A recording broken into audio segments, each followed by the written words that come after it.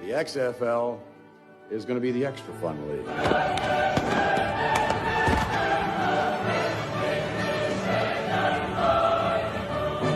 Some have called it an unprecedented television event. Others have called it a desperate ploy for ratings. They hate me, baby. They hate me.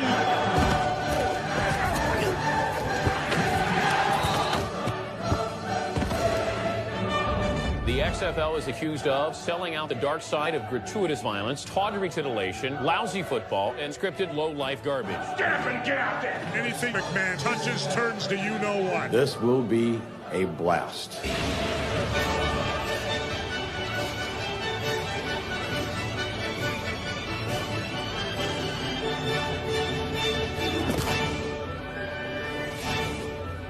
An anxious nation awaits.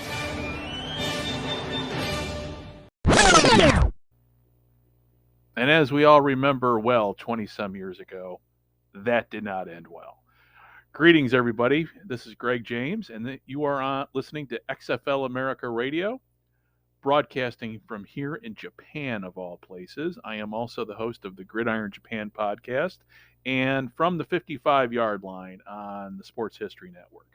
And with this new podcast, with this episode, we're going to talk about, for the next half hour, we're going to talk about the XFL, where it was, where it's been, where it's going, and kind of look back and answer the question, try to at least answer the question, and more speculate probably than anything, is it going to make it this time?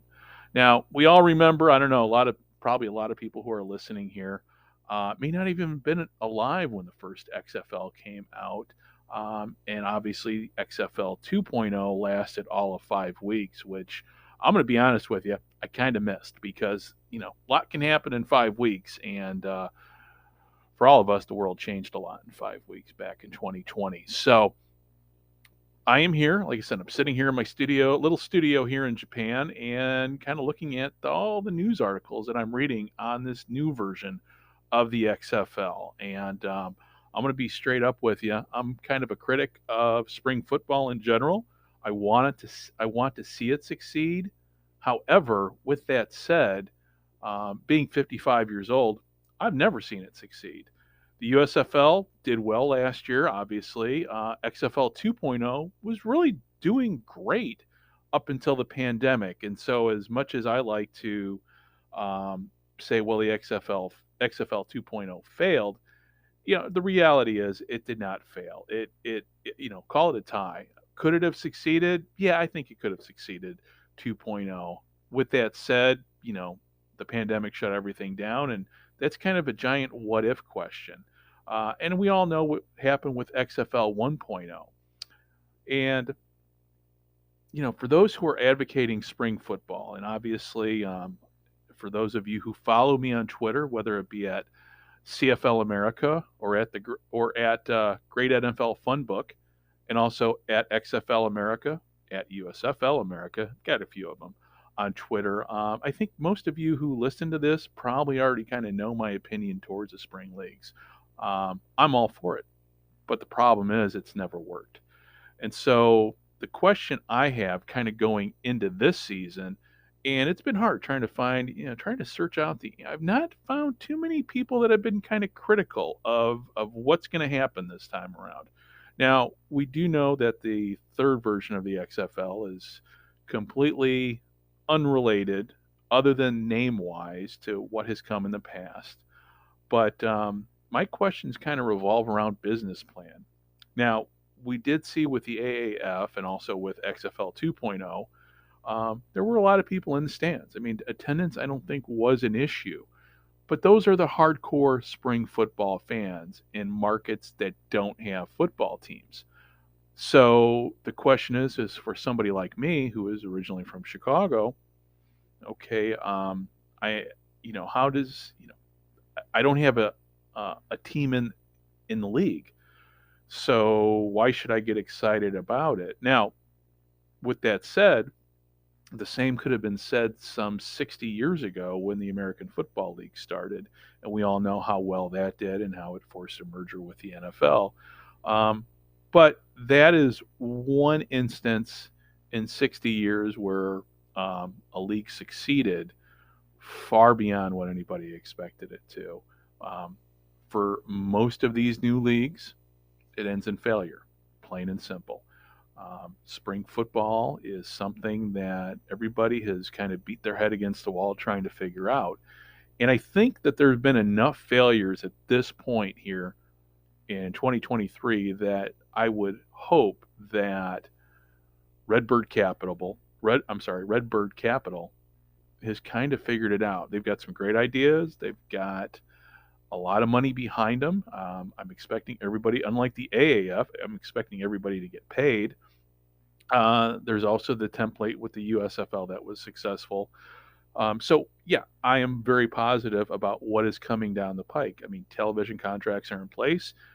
For somebody like me who lives overseas, if you're listening to this overseas, you can watch the XFL on ESPN Plus. With that said, though, you're going to need a VPN, and VPNs are kind of tricky, especially if you're trying to watch football on a smart TV. I moved over here to Japan about 3 months ago, and it's been an education trying to get VPNs to work. I think I finally cracked that nut with, and I don't really like to do shout outs to companies, but the one that I use is ExpressVPN. It has allowed me to watch ESPN Plus and far from home. But the vast majority of people that are listening to this are going to probably be in the United States. So watching it on ESPN, obviously, they are going to be on free over-the-air TV. I am very much a cord cutter if possible, but the fact remains is we are in a streaming age now where if you want to watch a game, you're going to have to pay for it, unless it's streaming over the air in your hometown. But even then, and that's a whole nother subject, even with free over the air TV, that's kind of going away too. So streaming is the wave of the future. We saw with the NFL ditching DirecTV, thank God, and going to YouTube TV. The NFL, for me, has the International Game Pass. So for me, I have no other choice but to stream games, including the X League here in Japan, which if you've listened to Gridiron Japan, we talk about quite a bit, and all their games are available via streaming. So the internet is the wave of the future that I'm 55 years old, and I'm one of the old fogies now that listen to podcasts, and I'm kind of that old man shaking his fist, kind of saying, hey, get off my lawn. But I'm old enough to remember when the streaming, what we have now, was even where I'm sitting at in Japan with my laptop, with my monitors, with my headphones on a wire. This was all science fiction 30 years ago. So here we are. We are getting ready to start the season. We've got games that are going to be on set that are going to be here this weekend. We've got 4 games. I'm not going to sit here and give you a prediction as to what I think is going to happen because let's be honest, these are brand new teams. Anything could happen. The players, well, right now we're all rooting for Laundry because these are guys that are honestly hoping to get noticed by the NFL. Whether they do or not, I'm sure we're going to see a few breakout stars. But we've also got different cities than last time, and that are playing in venues that range from big to small, and probably the smallest being where the Vipers are going to be playing out there in Vegas. From what I understand, last I saw, they're going to be playing in a minor league ballpark, which, to be honest with you, is not unusual. Baseball parks were kind of the norm back in the day, back in the 50s, 60s. I mean, back when pro football came about, that's where pro football teams played, was in baseball parks. So we'll see what the optics are. We'll see what the optics are on that during the season, though I would suspect that at some point they're going to move into a bigger stadium, hopefully where the Raiders play. But right now the optics of playing in a minor league ballpark, honestly, in a way, kind of diminish the league. But with that said, the league is just starting out, and I've been to baseball. I've been to football games in baseball parks. Not a bad way to watch a game, actually. The only drawback is you are in Las Vegas, and watching a game in the heat is not fun. But with that said, the season starts here in only runs from February through the end of May. I'm sorry, through the end of April. And, while Vegas is warm, it's not brutally hot like Vegas is during the summer, back when the Las Vegas Posse played there with the Canadian Football League. So now kind of moving on here in terms of just looking at everything. The one thing that I have had an issue with has been looking at trying to get some articles that are very objective about the XFL. There are several news sites out there that cover the XFL, XFL Newsroom, XFL News Hub, the Markcast, the XFL Show. I could go on and on. And they're all good sites in their own right. They're all good podcasts in their own right. But the one thing that I've kind of noticed as I've looked at everybody is nobody's asking the critical question as to, okay, what's the business plan? How is this going to work? Where does the XFL see itself, say, 10 years down the line? Now, I know they have working agreement with the Indoor Football League, which is great. But I have yet to see a plan other than, hey, but The Rock, which is fine. Everybody keeps saying, yeah. Every time I brought this up is I don't see how everybody keeps just saying, but The Rock, which is great. But my issue there is, while Dwayne Johnson is very successful, he also got fired by DC Studios, and he made Black Adam. Black Adam was a great movie. I'm a huge DC fan, huge Captain Shazam fan. So, I love the movie, but the reality is he got fired by the DC. Black Adam failed, period. It failed despite all his proclamations and everything that, he was going to revive the DC EU, which I was hoping he was going to. But what we got was kind of a mediocre mid-level comic book movie that cost a lot to make and ultimately basically kind of killed the DC EU as we know it. And I had high hopes for it, but I was disappointed that he was fired, that, we're not going to have Henry Cavill come back as Superman, but yet we've got the Flash movie coming out, and that's going to reset everything. So we'll see with that. So that's my main thing is kind of with, nobody's asking the hard questions. Nobody's saying, hey, why is this going to work this time? Because we have seen example after example after example of outdoor leagues that have utterly failed. The AAF being probably the biggest example in most recent memory. And at times I get kind of an AAF vibe, but at the same time, I also know that there really is money behind this. Guys are going to get paid. This is not going to fail like that did, because that was a complete house of cards. XFL version 2.0, well, that was, up until that point where it shut down, could be called a success. But the problem is it stopped mid-season. It didn't get all the way to the end. And just to me, there were more. It's kind of like the question, what if Bo Jackson had not got hurt? We don't know. We don't know what would have happened with Bo Jackson's career had he not got injured in that playoff game when he was with the Raiders against the Bengals. That's a giant what if. Same thing with XFL 2.0. The world has changed greatly in the last 3 years. And so, the question I always have is, other than outside the Twitter sphere, is there a place for spring football? Is there really a demand for spring?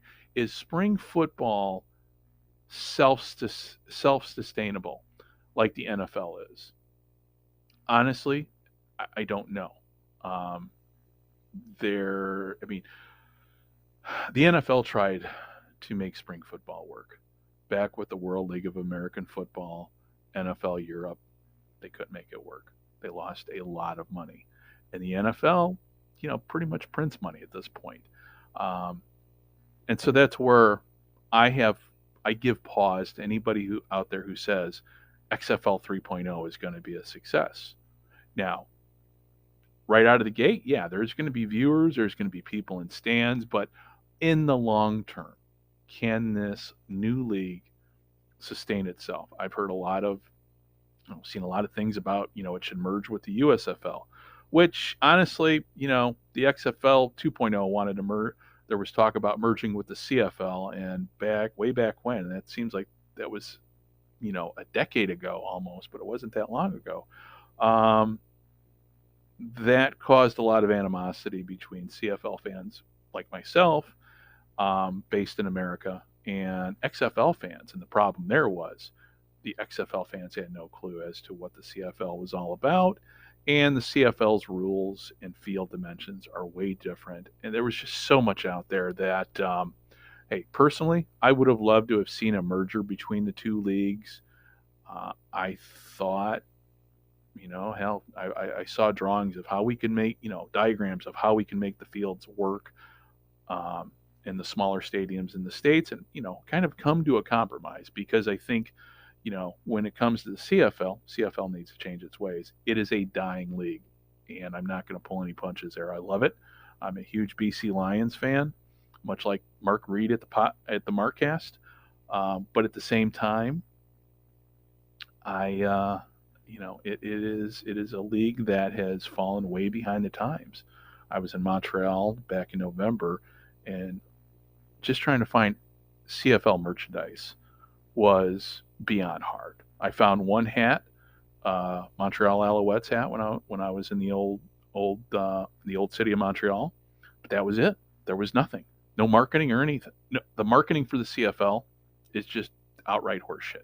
There is none, and it's a great league with great history, and the fact that the owners and the commissioner don't do what's in their power to promote the league is a shame. And there's a lot of great people who work for the league, who work for TSN, that I think deserve better. And now we have the XFL, and obviously the XFL and the USFL. None of these leagues are competing, and that's another thing that I keep seeing on the social media: USFL fans versus XFL fans versus CFL fans. Hey, bottom line is, and I'm a huge XFL critic, and I'm a huge spring football critic, but at the same time, I do realize that, we all want more football. The more football, the better. And if these leagues, which they don't compete head on, we've got the XFL for 2 months. There's a bit of an overlap with the USFL, but not much. And then we have the USFL there's a bit of an overlap with the CFL. But nobody's competing head on, much like the World Football League tried to compete head on with the NFL way back in the 70s. Another example of another league that failed spectacularly. So here we are. So my question is going into this first week is, how big are the crowds going to be? I have a feeling we're going to have good crowds, and the XFL is in markets that are in kind of in southern markets, so the weather is much better than it would be in a place like when the first XFL came about, was in markets like New York and Chicago, where, let's face it, February in Chicago is horrible. So, and that's whole nother issue too, when it comes to these spring leagues, is weather and markets. And unless you're playing in a dome in the north in February, nobody's going to go to your games. Yeah, you're going to get the hardcore guys that want to go see football, but the way technology is nowadays, you get a better seat in front of your TV. I know for me, hey, if given a choice between freezing my ass off in Soldier Field or sitting in my house watching the game on the 56-inch TV with all the food that I want to eat and all the amenities, I'm going to stay at home and watch the game. So who knows? Maybe the XFL is going to, just stay in these southern markets and become, be reliant on guys like me who just don't want to go out in cold weather and watch football up north. So I'm very interested to see not only how many people are sitting in the stands, but also the ratings. I imagine they're going to be strong, much like the first XFL. They were strong in the beginning, but it's only the beginning. And where the XFL ends up at the end with ratings will be the big tell. I think it'll be around a second year. I think it'll be around a couple years. But ultimately, will people not only show up, but will they stay around for football? And using baseball as an example, baseball's dying. So will the XFL kind of go the way of kind of fizzle out, much like seems like baseball is doing, at least in my opinion. But then again, I lived, prior to living here, I lived in Chicago as a Cubs fan, and Wrigley Field is always crowded. But when it comes to gauging the reality of sports and the fickleness of fandom, one only has to go to the South Side and to watch the White Sox play when they're in contention for a pennant to see how few people actually show up. So, but again, attendance is going to be an issue, but most importantly, ratings. When it comes to the product on the field, I am not worried about that, concerned about that at all. I think it's going to be a quality product. I think the football is going to be top notch, much like the AAF was, much like XFL 2.0, much like USFL was last year. The on-field product has really never worried me. After what the crap product that Vince McMahon tried to shill out back in 2001, now I'm not really too worried about that. And you've got some great coaches that are in this league, and there's money behind it. And honestly, I don't think Dwayne Johnson or the people he works with would put a crap product out there if they thought they were going to put a crap product out there, they would have delayed the start of this league another year. So I'm very positive about the league moving forward. I'm not a screamer. I'm not a rah-rah guy when it comes to the XFL, but I'm a realist. I'm an armchair historian, I'm a member of the Pro Football Researchers Association, so I'm a bit of an armchair historian, and I know full well the difference. I know what the expectations are, but I also know what the challenges that the XFL is going to face as time moves on. Can it keep up that energy that the NFL does? And the NFL, comparing the XFL to the NFL, is a disservice to both leagues. But who knows? I mean, fantasy football, gambling, all these different little things that we take for granted now as NFL fans. Hopefully the XFL is going to leverage and hope that's going to sustain it, help its growth, sustain its growth, and keep spring football with us for a very long time. If it merges with the USFL, great. That just means more football for all of us. And, and whether the XFL merges with the CFL, that's a whole nother topic of discussion. But the reality of it is playing football in February up in places like Manitoba and Saskatchewan, pretty much a no-go. Just way too cold. So with all that said, hey, if you've stumbled upon this, thank you very much for listening, and you've gotten to the end here and listened to me kind of drone on. I'm not used to doing podcasts by myself, so my apologies for if this is kind of rough, maybe. And if you don't agree with me, that's fine. I would love to hear from you.